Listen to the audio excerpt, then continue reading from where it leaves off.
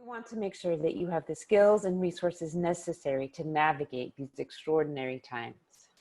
Before I turn it over to our presenter, I'd like to go over a few housekeeping items. First, this program will be recorded so that we can share it later via University Live's YouTube channel. This will allow students in various time zones to view the program at a later date. If you have any questions about this recording, please contact our office. Also, please make sure to remain muted. If you have any questions, feel free to use the chat box during the designated Q&A periods. Our partner office today is Student Financial Planning, which strives to provide exceptional service and support to the Columbia community.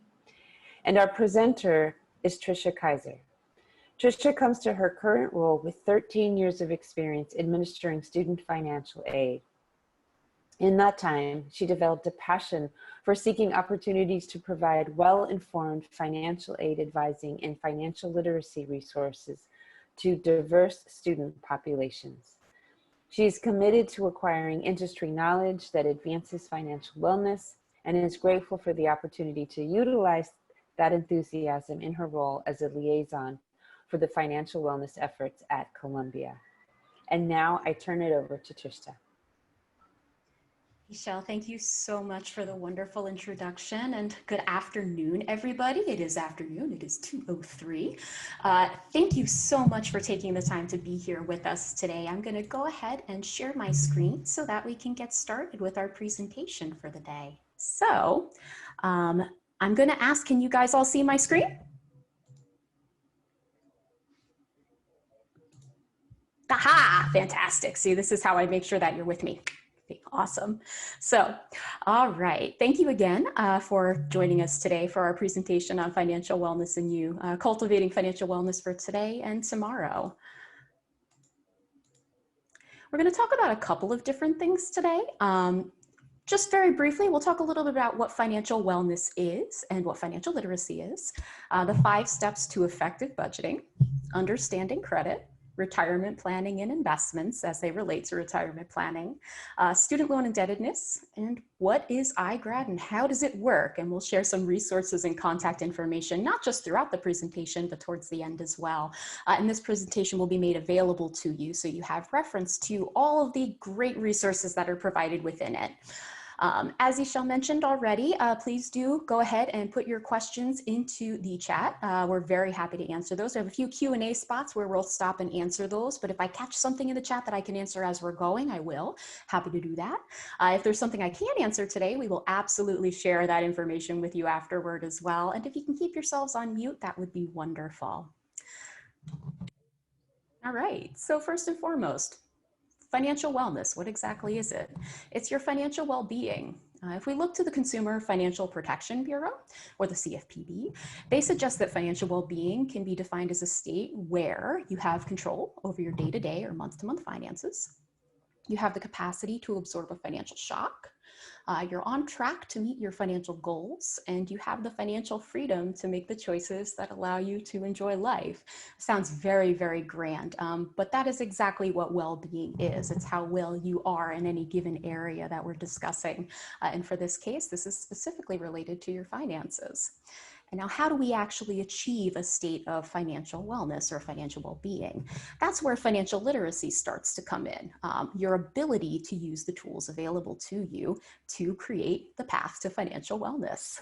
It's a set of skills that encompasses knowing when and how to find reliable information to make a financial decision, knowing how to process financial information to make sound financial decisions, knowing how to execute financial decisions, adapting as necessary to stay on track. So there's a lot of knowing, but beyond that, there's also an action component, right? It's one thing to know what we need to do, but it's another to act on it. So that's where financial literacy starts to come in. And I actually put some reference information to the CFPB research study that kind of starts to lay the groundwork for this. Their Pathways to Financial Wellbeing research brief included information starting with, excuse me, sorry about that. my mouse went a little rogue. It starts off, of course, that research brief with kind of putting the groundwork out there for your financial skills and how you actually find and process information and how that can impact your financial behavior, and then how your behavior can impact your financial situation, and then how your situation really goes into your financial well-being. So that's why we talk about all of these points when we talk about financial wellness, because it's a multi-tiered process to get you to that place. Now, the first piece of this we'll discuss today is budgeting, the 5 steps to effective budgeting. And the first of those is understanding your needs versus your wants, or really knowing what's important to you. When we talk about needs and wants, we have to talk about values, because needs are going to change over time and they're unique to every individual, as are wants, right? We're all unique people. When we talk about values, those are what's important to you, and they absolutely impact your understanding of needs and wants. And one of the really great tools that iGrad has, which is just to give you a real brief explanation about it, it's the financial literacy platform that the university has made available to all of our students. And you can create your account at columbia.igrad.com using your student email address, and it's free. It doesn't cost you anything, and it's available to you now and later.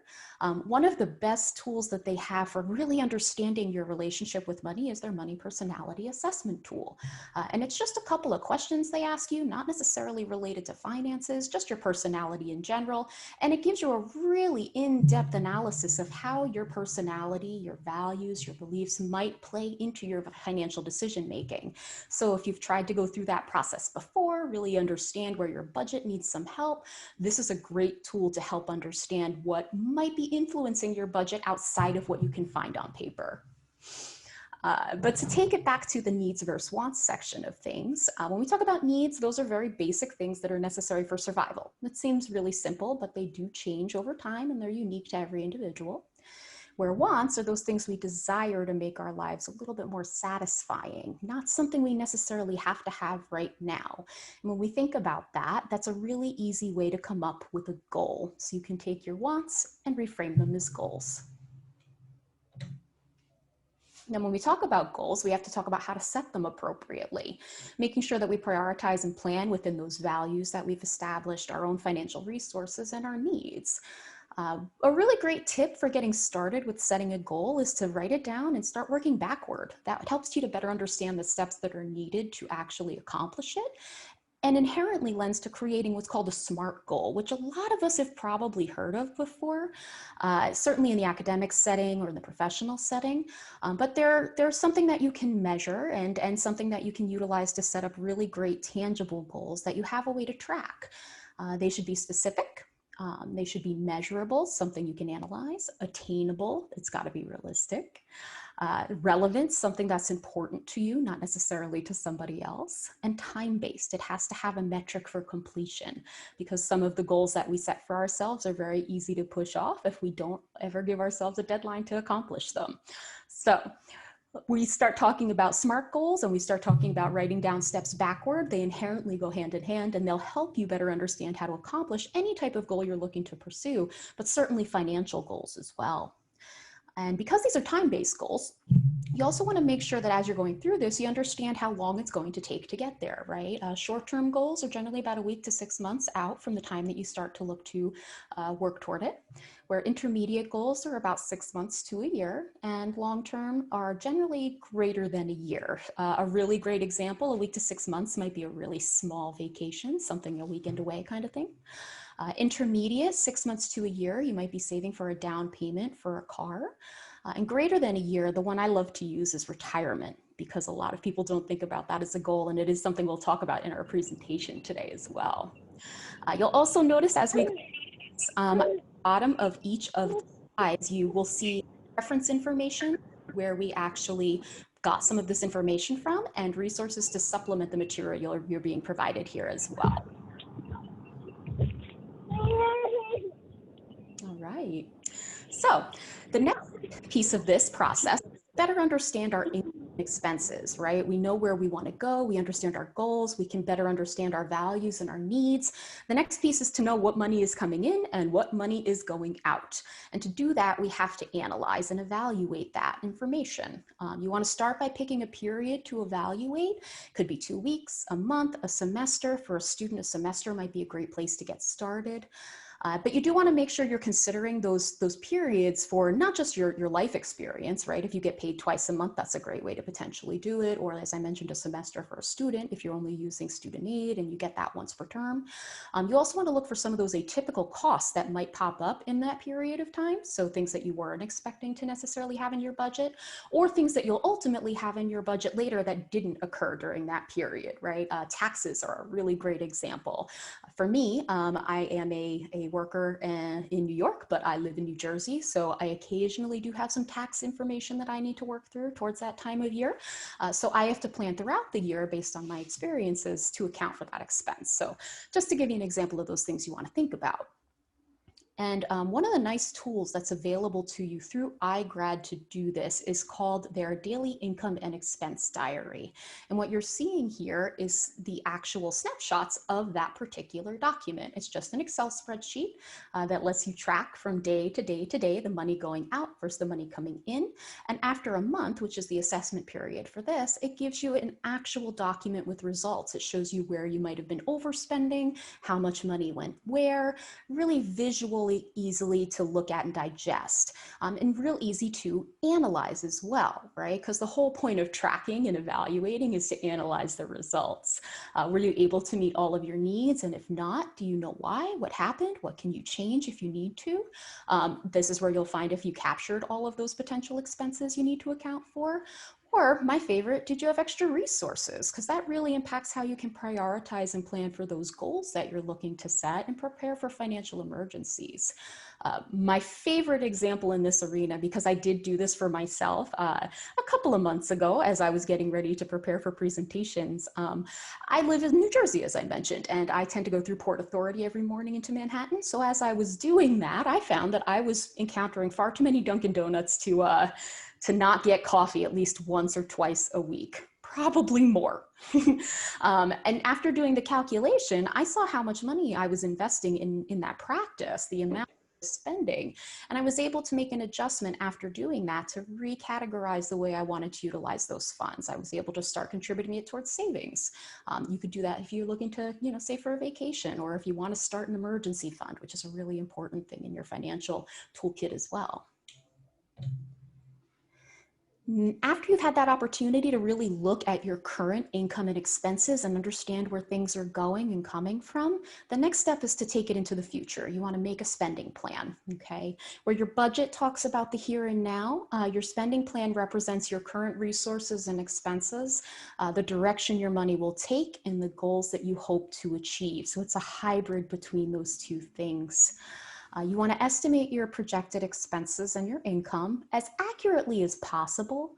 And you want to consider your values, your needs, your wants, goals, and your resources as you do that.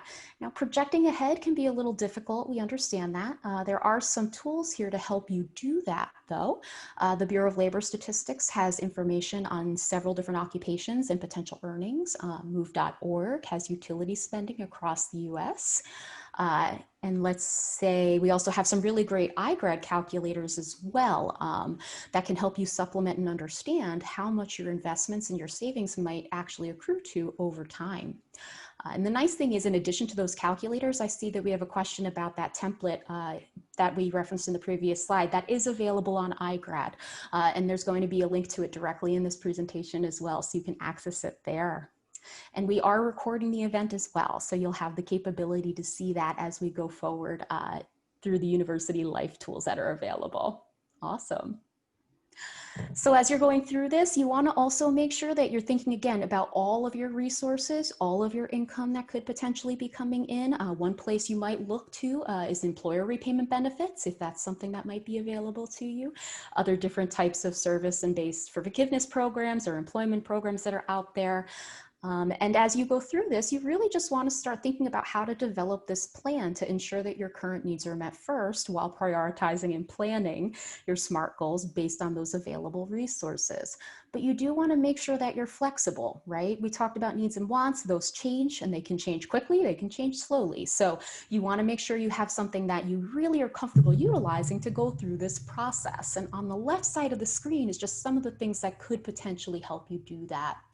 The first tool that you'll see, the biggest picture of those 1, 2, 3, 4 pictures that are on that screen is the Your Budget tool through iGrad. And unlike the initial one that we showed, that one is actually a separate Excel spreadsheet.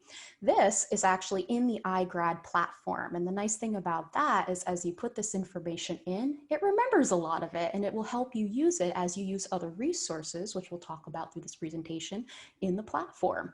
However, not the only one that's out there. You'll see those other 3 little pictures. There's apps, there's plenty of them that are out there. The one in the middle is one of my favorites. It's an oldie but a goodie.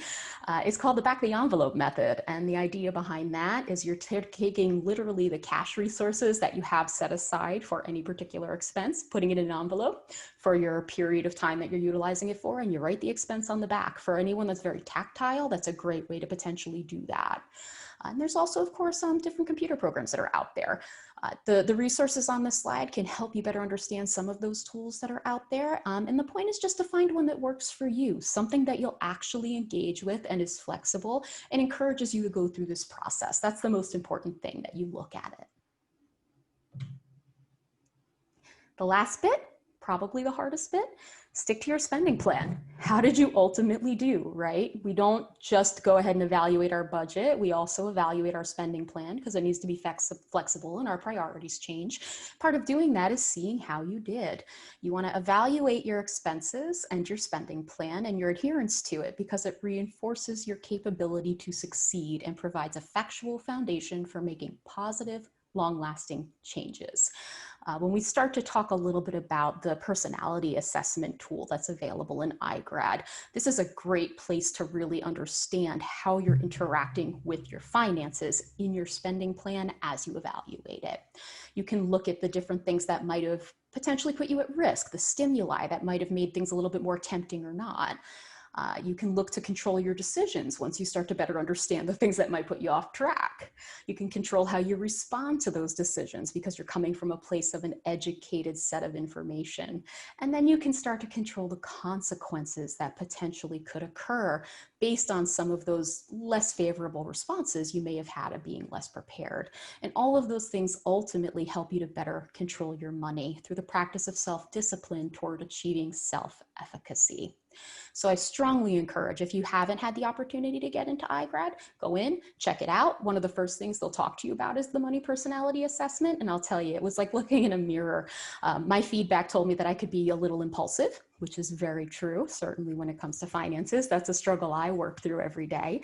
And it told me how that could be a benefit. I'm not afraid to invest in something that's worth my time and I won't wait to do it. However, I could be very easily put off track by something that looks exciting. So this is something that I have to think about in my own daily expenses and my own daily spending. And it certainly can be helpful for you as well. Some of the things you might ask yourself as you're evaluating your spending plan: how well did you stick to the plan? Makes sense. What areas did you have problems in, or where did it go well? Sometimes we see these areas where there's just opportunity to change something. You can look and see maybe there's a whole bunch of extra resources. Maybe you weren't spending nearly as much as you thought you might in a certain category. And then what can you do to change it? If you didn't quite get where you needed to be, were you reasonable in setting your goals, right? Take those goals that you were trying to plan for, see if you're on track to meet them. And did you actually set yourself a SMART goal that was reasonable, and do you need to adjust? But the biggest thing is that self-reflection is crucial. You just want to do it often and be flexible with yourself, because it's not something that you're going to do once. This is cyclical. You'll have the opportunity to do it again. And each time you do it, you'll get a little bit better at it. And the better you get at it, the more you'll feel that you're good at it, and you'll continue to get better at it. So a brief stop. I'm going to see if we had any other questions pop in before we continue on to the next section. I haven't seen any. But if there is anyone that would like to pop and ask something for now, please feel free. Or we can certainly keep going. And if anything else comes up on that topic, please don't hesitate to ask. Pop that into the chat and we're very happy to help you with it. So the next piece we're going to talk a little bit about is understanding credit. Now, credit, very simply, is the borrowing capacity of an individual or a company. Simple. However, I really do like the second definition that we have on this slide a lot better. In its most basic sense, it's the level of trust that a borrower must earn before a lender will be willing to lend them money, right? So when we talk about credit, you're really just talking about trust. Let's say you had a friend who was looking to borrow $20, right? What's the first thing that you do when they make that request? You think about the history that you have with that person and how it went last time. Did they get money back to you in a timely fashion? Was it easy? Was it difficult? Before you go ahead and make a decision as to whether you might do that again. It's the exact same thing with credit. That's the idea there. You're any potential lender that you're looking to borrow from, whether it's a credit card or a loan, any type of lending product, that's exactly what they're doing when they evaluate your credit. They're looking to see if they can establish that history and trust that they're comfortable with lending that product to you at. Now, you can't borrow most types of credit without a credit history, and your credit history is just the length and the effort you've put into establishing your credit. Lenders evaluate your credit to determine your eligibility to borrow, and they may require a cosigner even though you do have a credit history. And that's because each lender determines eligibility criteria for borrowing on their own. It's different from lender to lender across different types of lending offerings. Mortgages will have a different set of criteria than, let's say, a credit card might. So the point being is that eligibility will vary based on the criteria set by the organization you're looking to finance with. Now, when we talk about building your credit history, the simplest way to do that is by borrowing money and paying it off. Very simple. There is one small caveat though. Borrowing money is one thing and paying it off is another, but you have to be sure that you're paying your bills on time. And we're going to get into the importance of that in just a moment. But some additional resources to help you with this piece of this information in the presentation. There's a really great course available through iGrad on everything you need to know about credit, as well as their Start Here guide. They have them on several different topics. So this is the link to the credit one that's available, and it's a great place to get started. So I do see we had a question come through. Looks like it's about mortgages, and Jacqueline is asking, if you're married, do you have to apply jointly for a mortgage, or does it depend on the bank offering the home loan? That is a fantastic question. So in most cases, it's likely to be dependent upon the individual financial institution that you're pursuing.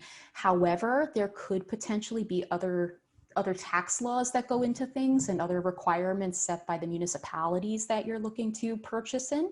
So my recommendation is generally to start off with speaking with a mortgage broker or the real estate office that you might potentially be pursuing. And they'd be able to let you know for sure based on the individual area that you're looking at if there's any other requirements outside of the financing side as well. Great question.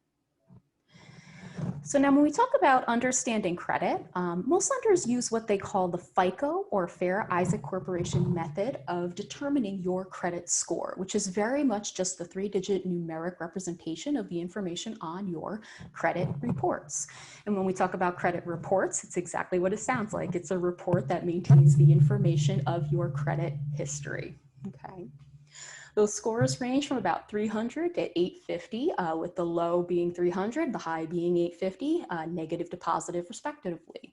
The higher the score, the better your credit. Though that is a very small snapshot of information, right? A number is exactly that, just a number. Lenders may consider other information in determining your eligibility to borrow, like the information on your credit reports that don't necessarily represent just the score. For example, there's history about public records that might be there, as well as other credit inquiries that you may have had happen. And they might also include other information that they collect during the application process, such as your income, to determine what they call your debt to income ratio, how much debt you have versus how much you earn. So it's important to make sure that you understand those things going into those applications. And just to kind of give you a generalization, On the right-hand side of the screen, this is an average representation of what a poor, fair, good, very good, and exceptional credit score might look like within that 300 to 850 range. However, again, each individual lending institution is going to set their own criteria for borrowing and assessing these values. So it's a guide meant to help you understand where you might fall on the scale based on the information available to you. Now, what goes into making that credit score, right? We know that it's the information in our credit history through our credit reports. The biggest piece of it is your payment history. And you remember we talked about on a few slides ago, a little bit about the importance of not just paying, but paying on time. This is why. Your payment history or the timeliness of your payment makes up 35% of what goes into evaluating your FICO score. So the more you pay on time, the better that will be. However, missed payments have an immediate negative impact, where timely payments have a positive impact over an extended period of time.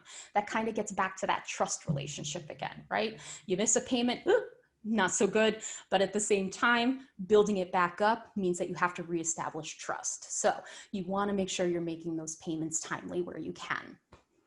Amounts owed represents about 30% of that score. And it's really just how much you owe in relation to the total available credit that you have. It's also called credit utilization.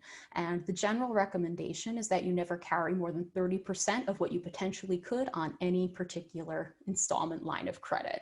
So if you have a $100 limit on a credit card, $30 from month to month. The length of your credit history represents 15%. So you can see we're starting to take big drops in the way that this score gets built. It's how long you've been borrowing money. Now that sounds like a really simple concept. However, the way it's designed to work is it's based on the length of your oldest and your newest accounts and when they were last used. So that means if you have an older account that you ultimately close, you could see a potential dip in your credit, because instead of it just being, oh, I got my first credit card at 18 years old, I'm older than I would like to admit to right now at a certain age, therefore my credit history is this long. Instead, if you take that first credit card that you got when you were 18 years old and close it off, and your next account is not until 10 years later that you opened it, you've now truncated your credit history. So is it a huge thing to go ahead and close it? Not necessarily. It's only 15%. It's not where your main focus wants to be, but it is something to think about as you're monitoring your credit and trying to understand where your score is coming from.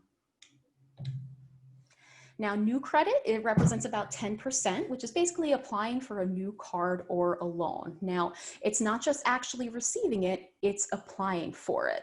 Opening several new accounts in a short period, or attempting to open several new accounts in a short period, represents a greater risk to the institutions that you might potentially be applying for credit with. And that includes multiple applications, which would be made of what's called a hard inquiry on your credit. And those are related to your eligibility to borrow. So if you apply for a loan or a credit card, they're typically the ones that you'll see retained on your credit report as hard inquiries. Where soft inquiries, on the other hand, those are related more to just general review information of your credit history. So if you were to go ahead and take a look on your own, for example, or let's say an employer decided to look at your credit history, if they're not looking to utilize it for an assessment of potential to borrow, that could be a soft inquiry as well. And then your credit mix after that is just really the diversity of your credit portfolio. It's the different types of accounts that you have, and that you're not too heavy in one area over another. Let's say you don't just have credit cards, you also might have a mortgage or other installment accounts, things along those lines. But again, these two things only represent 10% of that total score, right? So if you're thinking about how to best approach improving your credit, starting off with that on-time payment history is by far and large the most important thing to do. And then you can start getting into the nuances of really developing your credit at the lower percentages. Keeping your credit score healthy allows you to borrow at lower rates, and lower rates mean lower payments. Now, when we talk about rates, we do want to make sure we understand that there's more than one type. Interest rates, first annual percentage rates. Most of us have heard of interest rates, right? It's the amount charged expressed as a percentage of principal by a lender to borrow money, right? Really, really simple. However, APR, or your annual percentage rate, is the real cost that you pay to borrow, stated as a yearly percentage of the loan. Now, what that really means, and a mortgage is probably the most common example of this, right? You know that we get an interest rate on whatever lending product we're utilizing. However, that interest rate doesn't represent the other costs that might be associated to this product. So with a mortgage, you might have points, you could have, the closing costs that go into it. So when you look at that annual percentage rate, it's going to give you a representative value and a percentage that's probably going to be a little bit higher than the initial interest rate you're offered because it's including those other costs. So much like your FICO score is a snapshot representation of what your credit looks like, the APR is a snapshot representation of the total cost that you're going to be expressing through this product, okay? Now your credit limit is the amount that you're approved to utilize on a credit card or any other installment line of credit. And in general, you can't borrow more than your credit limit. However, you most certainly can owe more than your credit limit through the accumulation of fees or interest. So you want to keep that in mind if that's something that you ultimately see later on. But again, if you're maintaining that 30% credit utilization, no more than $30 on a $100 credit limit, you're probably not going to get to that point. And one of the things that you can utilize through iGrad to kind of get a little bit more in-depth analysis on each of these things is their Using Credit Cards Responsibly course. And that's linked for you on this slide as well. And the way their courses are designed, they're intuitive. It's a pre-assessment, couple of questions just to kind of see where you're at, where you might need help. Then it's going to give you engaging content to better help you understand the points that were identified as a place to learn. And then you have a post-assessment to see how you did, and you get a little certificate when you're done. And there's over 20 different courses on there right now. They've just updated the catalog with a lot of great things. So I would highly encourage you to take a look if you have the opportunity. So when we talk about monitoring your credit and understanding your credit, it's extraordinarily important to know how valuable it is to be aware of what's going on in your credit report. And in 2003, the Fair and Accurate Credit Transaction Act, or FACTA, it gives you the opportunity to collect one free credit report from each of the 3 major credit bureaus annually. When we talk about credit bureaus, they're the ones that house the information for your credit reports, and the 3 major ones are Equifax, Experian, and TransUnion. And you can obtain those again annually through annualcreditreport.com. I will share that right now they're actually offering people with credit history the opportunity to obtain those on a weekly basis based on the current environment that's going on. So if you weren't sure exactly if you wanted to go ahead and utilize that opportunity, now's a great time to do it. Get a real great idea as to what's going on in those different reports. It is really important that you look at all of them as well. Not every lender utilizes each report when making their credit decisions. So what that means is those inquiries that you go through may appear on one, let's say a TransUnion record, but it's not on Equifax or Experian. It just means that the lender that you were looking to pursue credit with only pulled the one report and it only got reported in one place. And checking all 3 means that not only do you know what's going where, but it also gives you the opportunity to look for any potential errors or discrepancies. And that's where we start talking about being cautious with monitoring your credit.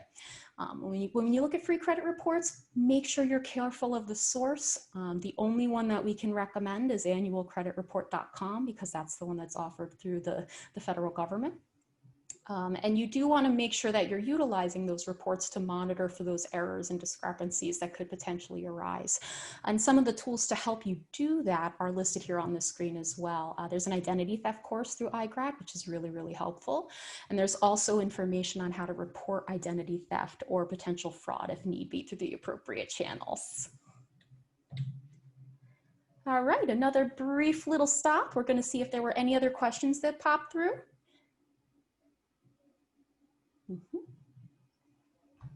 All right, let's see. Yeah, so the nice thing is we can actually go ahead and make sure, a question came through about getting a copy of the presentation. So we actually will be sending this out to all of our participants so you have access to it in a PDF document. So we'll very, very much be sharing this with you because there's all those great links on there that you have the opportunity to see. Awesome. All right, so we're gonna go ahead and keep going for now. The link for the recording is going to be shared through University Life before, as they're getting ready to post the presentation to the web. So that should be sent out to you directly. And if I remember correctly, though we'll double confirm with our University Life colleagues, they shared that they would also be putting it up on their YouTube channel. So you'll have access there as well. Awesome. All right, we're going to talk a little bit about retirement. So why do you need to plan for retirement? Okay, a lot of us know that we need to go ahead and plan for retirement, but not necessarily why, and why it's so important to do it now. So I wanted to go through an example with you. A 25-year-old who wishes to accumulate $1 million by age 60 would need to invest about $880 each month, assuming a constant return of about 5%, okay? Now, a 35-year-old doing the same thing would have to invest $1,679 each month using the same assumptions. So that's a significant increase just over 10 years. And by the time that person reaches 45, if they wait until then to start saving towards their retirement, they would need to invest $3,741.27 a month under the same assumptions, which is almost 4 times the amount that's the 25-year-old needs to invest to reach the same goal. So this is not meant to scare anybody, okay? It's to give you the real importance of why this needs to happen for you and happen early. And we're going to talk a little bit about some of those options as we go through this process. So as far as retirement planning and investments go, how much are we really going to need when we retire? The general rule of thumb is about 80% of the salary you had while you were working, with planning to withdraw about 4% each year if retiring at 65. So those are just some general rules of thumb. However, your situation might not be representative of that particular information. And the reason for that is, again, we're all individuals, right? We all have our own wants and needs and our own idea of what retirement looks like. So if you're managing a really great career at the time you retire, you've got a wealth of income available to you throughout your working career, and you decide that you want to retire kind of remotely, live off the land kind of thing, 80% might not be something that you actually need to accumulate. Where, let's say you've been doing a lot of really charitable work and you've kind of kept the income on the lower side throughout the time that you're working, 80% might not be indicative of what you need. Maybe you want to travel the world later on. So you want to make sure you keep your individual circumstances in mind with this as well, like your anticipated lifestyle, the sources of income that you might have if you plan on continuing to work or not, any debts that you might have, and the value of your future expenses and income, right? Keeping inflation in mind. A great example here, we do talk a little bit about medical expenses as we get older, right? For several of us, as we're younger, that expense isn't very high, but as we age, that's something that you'll want to think about and how much you need to reasonably have set aside for that, okay? But again, this is all just to get you on the right track, and we have a little bit more information on a Start Here guide for you on planning for retirement as well. So we won't be talking, I did see a question come through in the chat, a little bit about debt in this presentation. We're not going to speak to it specifically, but the nice thing is we do have some work that we're putting together on giving additional presentations and additional information for students, so I can take that feedback and we can make sure we start to incorporate it in our future offerings. So thank you so much for that, Jacqueline, for sharing it. And if you have specific questions that I can try and answer for you, I absolutely will. And in the same time, if I can't, I will absolutely get your resources so we can get you all set. But to continue on for now, we're going to go ahead and talk about the different types of retirement plans that you might potentially encounter as you're getting ready to prepare for retirement, okay? The first of which are going to be 401ks. And there's 2 different types we're going to talk about in this presentation. Traditional, which is an employer-sponsored retirement savings plan that gives participants or employees that are enrolled in the plan to contribute a portion of their pre-tax salary and invest it directly into the options they choose. These contributions and any earnings from them are not taxed until they're withdrawn, right? So it's setting aside money now that you don't have to pay taxes on until later. Now the Roth 401k, the big difference there is when the tax liability happens. Instead of it being tax-free later on, you assess the taxes on it now for the money that you're earning on it, okay? Now, a 403B is very similar in concept. It's a tax-deferred retirement savings program. The big difference is that it's only made available through employers that are public institutions, certain nonprofits, religious organizations, and state and local governments. And the big difference for that is not necessarily at the user end. It's not something that you're going to feel as much as the employer does. They have a little bit less cost for administering that plan for you. Now, we're also going to talk a little bit about individual retirement accounts or IRAs, and there are also traditional and Roth options for that. With the traditional option, which is the most common IRA, it allows an individual to get a pre-tax deduction for money that's set aside for retirement, very much like the 401k. The money put into an IRA and the investment earnings on those contributions aren't taxed until they're withdrawn. And again, the Roth, the big difference is that you're going to see that taxed at the time that you make that investment and earn the money, okay? So those are just some of the options that are available to you. And the last one we'll touch on is going to be a KEOGH plan, okay, which is a tax-deferred pension plan available to self-employed individuals or unincorporated businesses for retirement purposes. And through that KEOGH plan, it can be set up as either a defined benefit or defined contribution plan, though most plans are options, okay? When we talk about defined benefit versus defined contribution, defined benefit means that you know exactly what you're going to get out of it later on, regardless of what you put in at the onset. The most common example of that is a pension, and they're not terribly frequent. Okay, we're seeing less and less of them. Where defined contribution means that your outcome for that is going to vary based on the amount that you put in. So a little bit more like those traditional investment retirement options we talked about. And the last one is going to be Social Security. This isn't necessarily an individual retirement plan, but it is the nation's retirement plan. And it's designed to provide retirement support for American workers who pay into the system. And it's funded through your FICA taxes or your Federal Insurance Contributions Act investments. So those taxes you pay out of your paycheck.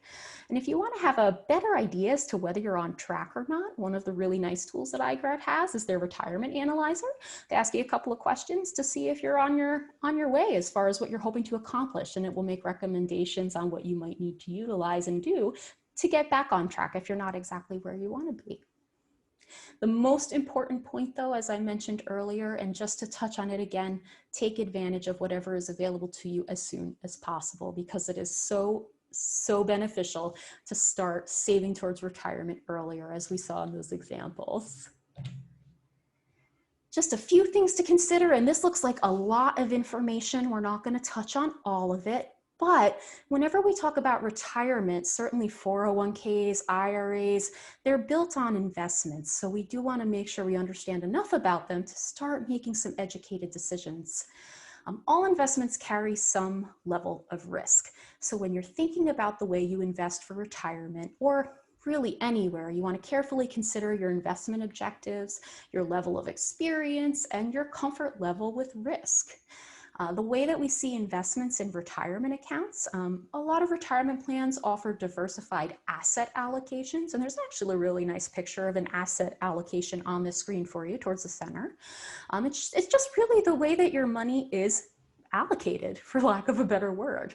It's an investment strategy that aims to balance risk and reward according to your risk tolerance, your comfort level, assuming a lower tolerance for risk as you reach your investment horizon or time horizon. Ultimately, that's when you plan to retire.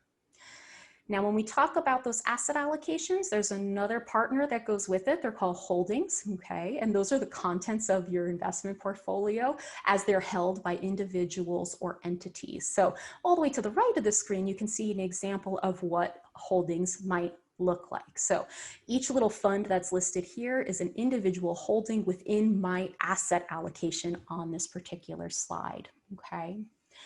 Where these all start to come in is to make sure that you're diversifying and rebalancing your portfolio. Diversification ensures that your collection of investments is made up of different types of stocks and bonds across a variety of markets so that you're never too invested in one thing, because if one thing doesn't go well and that's all you're invested in, you're at risk for not having anything go well at that point. So it's important to make sure that you spread those types of investments out. Where rebalancing is the periodic review and adjustment of your investment portfolio and asset allocation to manage that risk. It's making sure that you're diversified. You're checking it periodically, just like we would with a spending plan or a budget or a credit, to make sure it's doing what it's supposed to do. So let's say you have a fair amount of real estate investments, right? And you take a look and real estate hasn't performed as well as you might hope it would. Looking at the documents that have been shared with you, rebalancing gives you the opportunity to make those changes. Take a look and adjust. Now, some of the different types of investments that you'll see go into retirement accounts, right? We talked about how they're classified a little bit, but the different actual risk levels that go with them. The first of which is your cash or your cash equivalents. Those are your play it safe type of funds. And the most common ones are savings and checkings accounts. They're generally very low risk because they have a fixed rate for return, but it's generally a low return because there's not a lot of risk associated with it. That's why we see those lower interest rates on checking and savings accounts.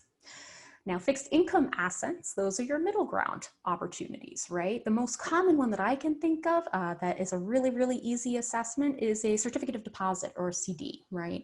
The way that works is you put an investment of your money up front.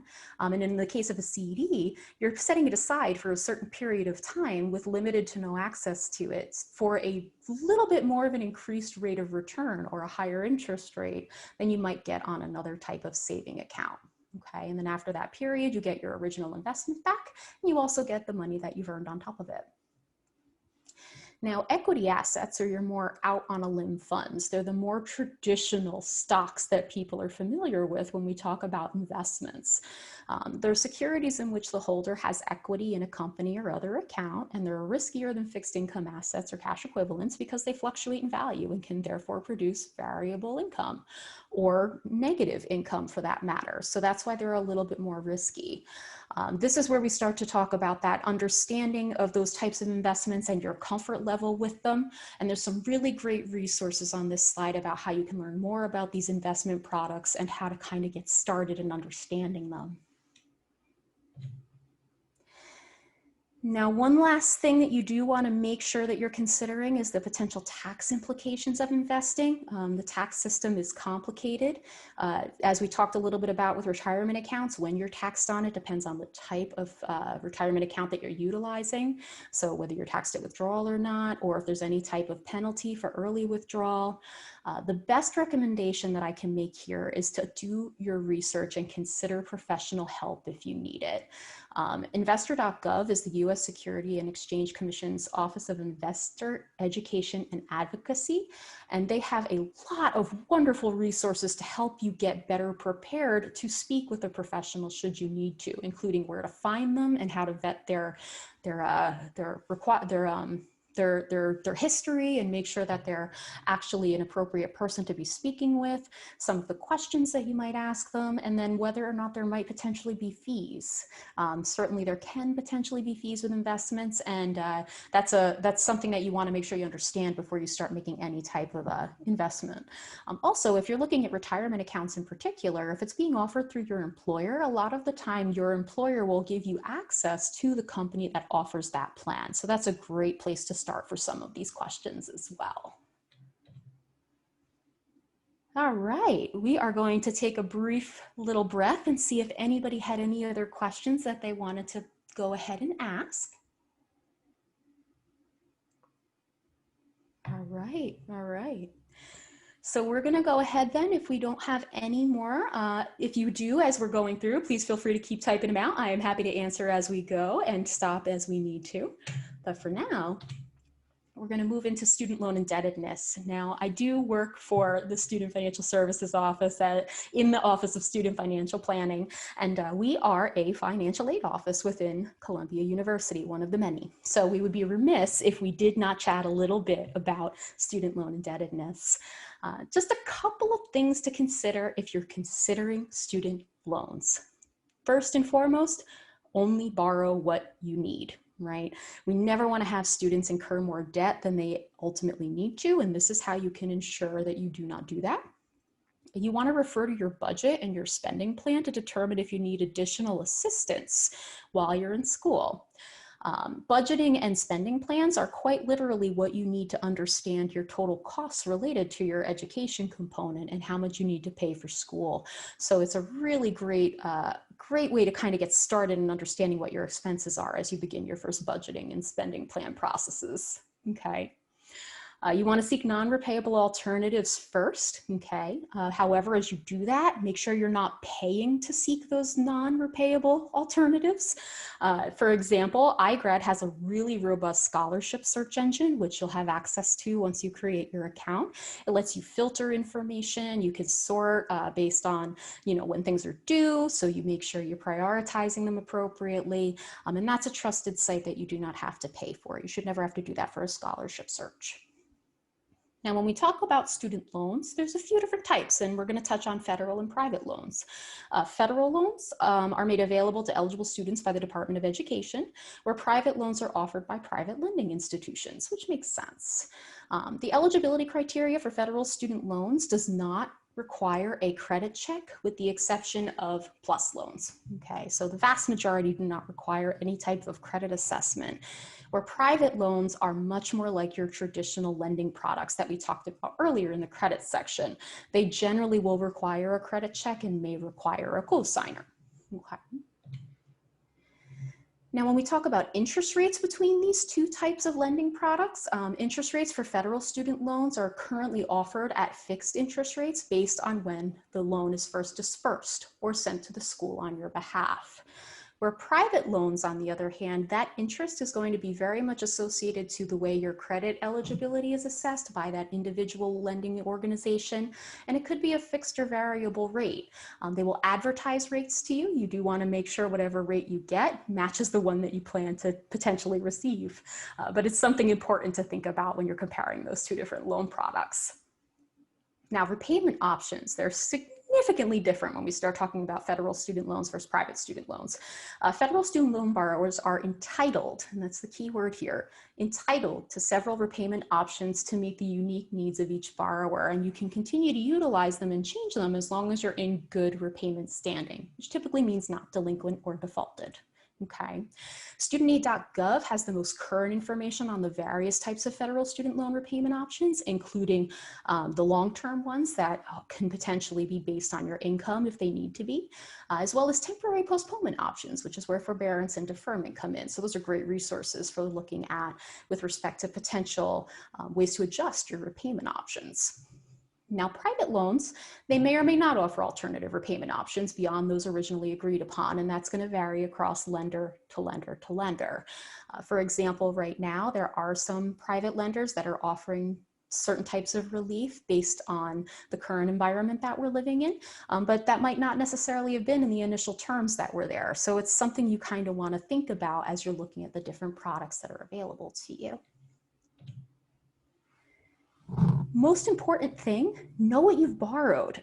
It's not uncommon for students to be a little unfamiliar with the amount of debt they've incurred after having attended, just because it's not real money in your hands just yet, right? You don't know what it feels like. So for federal student loans, your student aid summary at studentaid.gov is the place to go to review your student loan information. It gives you access to all of your previously borrowed student loans for federal student loans, and you can actually import that data into iGrad as well. So if you want to have that available at your fingertips in one place, you have the capability to do that. It also offers you the Federal Student Loan Simulator. And what that does is it gives you the opportunity to add your future potential debt in federal student loans. Let's say as you continue your education, if you plan on borrowing a little bit more. It also gives you the opportunity to look at your previous student loans and then anticipate what your monthly payment obligations might look like over various different repayment plans. And if you're eligible for forgiveness, what that might look like as well. Where private loans, they don't have an aggregated resource for that, unfortunately. The best place to monitor all of the information related to any private lending that you have is going to be through your credit report. Now, if you've only borrowed through one lender for a private loan, you might be able to monitor some of that information through an institutional portal, something they offer you directly. However, if there's multiple lenders, the credit report is the place you need to go to. So we've talked a lot about iGrad. have we talked a lot about iGrad? But what it really is, and we talk about it a lot because we used it to build this presentation. It's got really great information in it. It's a free web-based financial literacy platform that provides lifetime personalized financial wellness education and loan management resources to users at hundreds of colleges and universities nationwide, including Columbia, okay? Students can use it now and after they graduate for as long as they want without ever having to pay a fee. So you have access to that platform now, you will have access to it later, and included in that platform is an array of interactive tools, video tutorials, webinars, quizzes, articles, and all sorts of different resources to help you, in short, manage your money, right? So we talked a lot today about several different topics. However, there are so many more that are involved in iGrad itself. I know we saw a question about debt, for example, and just kind of debt management. There's a whole topic section available on that particular topic. And I'll show you where you can find it as we go through this piece. They have that in several different areas, plus downloadable tools like that budget worksheet we talked about earlier, as well as tools within the platform as well. One of the ones that we didn't have a chance to talk about in the presentation is highlighted here on the right side of the screen. This is their daily expense cost over time tool, right? And basically what it does is it lets you choose a couple of different things that might potentially be causing unexpected costs in your budget and see what that actually costs you, not just now, but if you continue on the path of utilizing it. And I found it very helpful. Again, coffee's the first one, and that's where I started with mine. I'm like, oh, I should probably look at that, shouldn't I? And it was right. Now, the idea behind what we're doing here today, we're very focused on financial stewardship, and part of the way that we manage to provide you with the information that you need is through events and workshops like this, in person, through webinars, and other types of customized content to help provide you with programming on financial literacy and wellness. And we do that as Student Financial Services and in partnership with University Life, and customizing it for your school as we work with you individually outside of the events that we do with University Life as well. And we use the financial literacy platform that is iGrad to create these presentations. So the information that we're sharing with you today is easily accessible at your fingertips by creating that account. And the way that you do that is very simply by going to columbia.igrad.com, and there's a little link that says get started, and you simply create the account from there. And as you do that, what you'll see when you first get logged in is your dashboard. Just to touch on it very briefly, a few things that you'll see here is they give you information about completing a financial checkup, making sure that the information in the platform is current so you can continue to utilize it with the best information available. There's also a really cool student loan snapshot tool that I'll show you in just a few moments. There's recommended content based on the way that you've engaged with the platform, and a few little reports on how you've continued to utilize the platform over a period of time. If you're interested in finding just kind of those big topic hubs, like for example, the debt topic hub or just money management in general, at the top of the screen, you'll see in a red box in the image on the left-hand side, the first category that's there says topics. And when you mouse over it, you can choose from several different options within the platform, or look at all of them to see the most current information that's out there for any type of financial topic you might need. So this is just to show you how you can update your student loan snapshot. We're not going to get all the way through it, but I did want to make sure you have it as a resource. And the reason that you might want this is because when you're using iGrad, if you take the opportunity to really use the tools that are made available through the platform, it kind of acts as a bit of a nudge to remind you to keep updating the information. So you'll see at the top left of this particular slide, that's the actual student loan snapshot that's available on your dashboard, which you can kind of see over here towards the middle of the screen, okay? And what it will do is take the information from studentaid.gov and put it right into the platform for iGrad. So when you use the different calculators that are there and complete the courses that are there, it will have the information that you've shared with it already. So you're not doing double work. Also, after a few months, it'll turn red and say, hey, you haven't done this in a while. You should probably update it. So that's where that nudge comes in. It reminds you to look at it just by telling you the information's out of date. Now, we do want to share some additional resources that are applicable to current events. Beyond what we've already discussed in iGrad, they also have a dedicated COVID-19 hub with resources that are specific to the needs that you may have during the pandemic. We also have information from studentaid.gov related to the Department of Education for coronavirus and forbearance information for students, borrowers, and parents. We also have the university's resource guide for the Columbia community, because that is a very well-vetted resource. And University Life provides information on current events and community engagement opportunities, much like this one, including your virtual community during this period.